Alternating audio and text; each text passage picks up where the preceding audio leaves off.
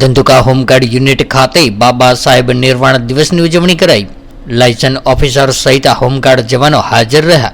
અમદાવાદ જિલ્લાના ધંધુકા શહેર ખાતે હોમગાર્ડ યુનિટ ખાતે આજરોજ બાબા સાહેબના નિર્વાણ દિવસે હોમગાર્ડ દિવસની પણ ઉજવણી કરવામાં આવી હતી. જેમાં કાર્યક્રમમાં બાબા સાહેબની પ્રતિમાને ફૂલહાર કરીને દીપ પ્રાગટ્ય દ્વારા શરૂઆત કરવામાં આવી હતી. ત્યારે આવનાર તમામ મહાનુભાવોનું મહેમાનોનું ફૂલ આપીને સ્વાગત કરાયું હતું. ત્યારે મહેમાનો દ્વારા બાબા સાહેબના નિર્વાણ દિન નિમિત્તે પ્રસંગિત ઉદ્બોધન કરવામાં આવ્યું હતું.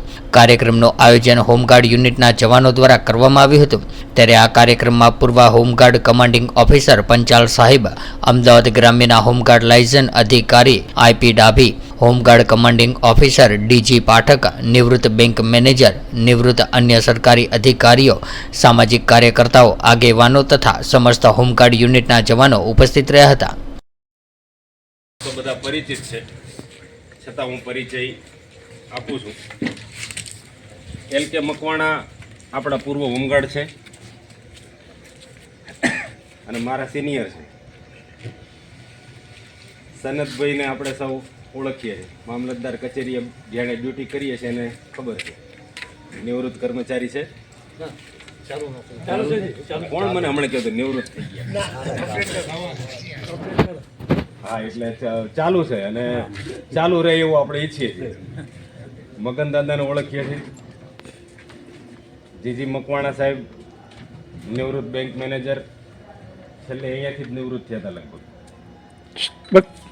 એનવી ઝાલા સાહેબ નિવૃત્ત બેંક મેનેજર, પૂર્વ અધિકારી શ્રી પંચાલ સાહેબ, રણછોડભાઈ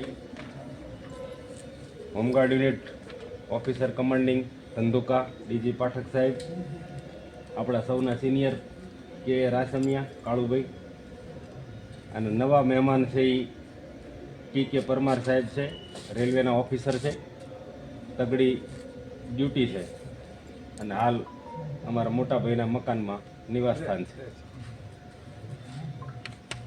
અને છેલ્લે આપણા ક્લાર્ક આશિષ લોલિયાણિયા. આ આપણા મહેમાનો છે. 2-3 ને બાદ કરતા બધા મહેમાન. ડીજી પાઠક સાહેબ યજમાન, હું યજમાન, લોલિયાણિયા યજમાન, બાકી બધા મહેમાન. આ પરિચય થયો. પરિચય પછી એમનું સન્માન. તો સૌથી પહેલા આપણે વિનંતી કરીએ જીજી મકવાણા સાહેબનું પુષ્પગુચ્છથી સન્માન કરશે Dhandhuka home guard unit officer commanding Shri DG Pathak સાહેબ. પત્રકાર પાસે વધારે માહિતી હોય એટલે આપણે એમને પણ સાંભળીએ. શ્રી સંજયભાઈ.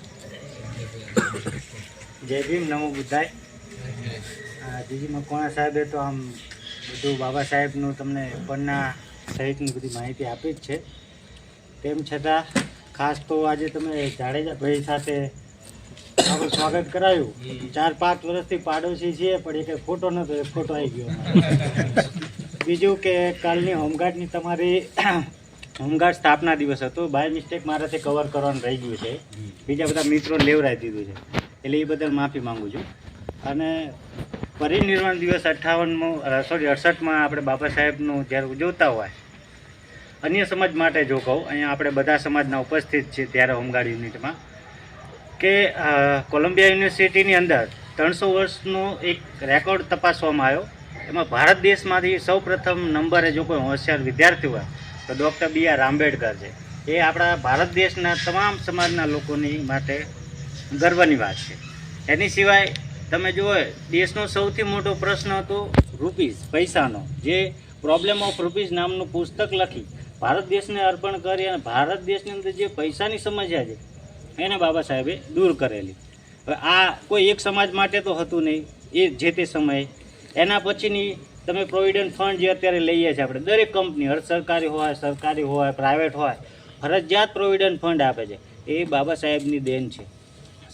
આપણે જે ડિલિવરી બેન આવે એમને 6 મહિનાની રજા આપવામાં આવે છે, એ બાબા સાહેબની દેન છે.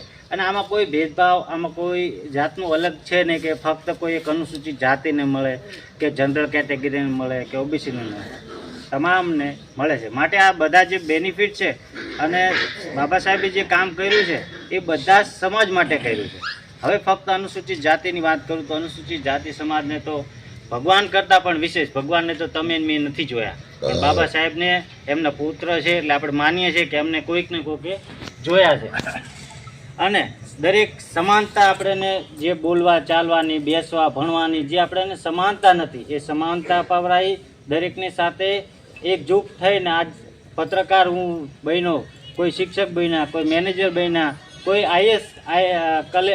આઈપીએસ, તે બધું બાબા સાહેબની દેનથી છે. માટે બાબા સાહેબને વાંચો, સમજો અને બસ આટલું જ કહે. જય ભીમ, નમો બુદ્ધાય. આભાર સંજયભાઈ. આપણે ક્યાંક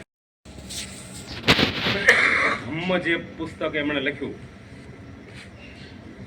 ભગવાન બુદ્ધ વિશે, એની પ્રસ્તાવના લખતા લખતા છેલ્લી રાત એમણે ગાળેલી. એ પ્રસ્તાવના પૂરી થઈ અને ઊંઘમાં જ એમનું દેહાવસાન થયેલું. એટલે છેલ્લે સુધી અભ્યાસ, છેલ્લે સુધી લેખન કાર્ય એમનું ચાલુ હતું. 24 વોલ્યુમ બહાર પડી ચૂક્યા છે અને હજી એવા બીજા 25 વોલ્યુમ બહાર પડે એટલું હસ્તલિખિત સાહિત્ય આજે તે સિદ્ધાર્થ લો કોલેજ ક્યારેક મુંબઈ જાઓ તો મહારાષ્ટ્ર ગયા તો ત્યાં જવાની જરૂર હતી. સિદ્ધાર્થ લો કોલેજ મુંબઈ, ત્યાં સાહિત્ય આજેય પડ્યું. પણ યશવંત આંબેડકર, ત્યાર પછી આ રાજરત્ન આંબેડકર થોડા મિસકોમ્યુનિકેશનના કારણે એ સાહિત્ય બહાર નથી આવતું. નહીં તો જેટલું લખ્યું છે એની કરતાં અનેક ગણું હજી કાચી હસ્તપ્રતો છે. એટલે એને વ્યવસ્થિત રીતે બાઇન્ડિંગ કરવું પડે, એને સંપાદિત કરવું પડે, એને પ્રૂવ કરવું પડે અને પછી પુસ્તક રૂપે પ્રકટ થાય. પણ હવે એ કદાચ આપણને ન પણ મળે. પણ જે 24 વોલ્યુમ બહાર પડી ચૂક્યા છે અને એના બીજા 6 વોલ્યુમ એટલે ટોટલ 30 વોલ્યુમ, જે 6 વોલ્યુમ છે એ આ વોલ્યુમનો ભાગ નથી, અલગ છે. એટલે ટોટલ 30 વોલ્યુમ. પણ જે બાબા સાહેબ સંપૂર્ણ અક્ષરદેહ કહેવાય એ 24 વોલ્યુમ. એ 24 વોલ્યુમ જેણે વાંચ્યા હોય ને એને એ કાચી હસ્તપ્રત વિશે ખબર પડે કે જો આની અંદર આટલું હોય તો પેલામાં કેવું હશે. ગીતાનો પહેલો અધ્યાય વાંચો તો જ તમને ખબર પડે કે બીજા અધ્યાયમાં શું હશે, અથવા તો બીજા અધ્યાય વિશે ઇંતજારી થાય તમને બીજામાં શું હશે. બીજું વાંચો તો ત્રીજું વાંચવાની ઈચ્છા થાય, તો તમે 18 અધ્યાય વાંચી શકો. પણ પહેલો અધ્યાય વાંચો હોય તો, એટલે આ 24 વોલ્યુમ તમે વાંચો તો તમને એમ થાય કે આરું એ બહાર પડવું જોઈએ.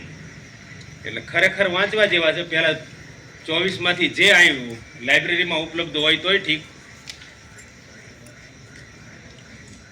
લાલ દરવાજા સસ્તું સાહિત્ય ભંડાર છે, ત્યાં 550 રૂપિયામાં 24 વોલ્યુમ મળે.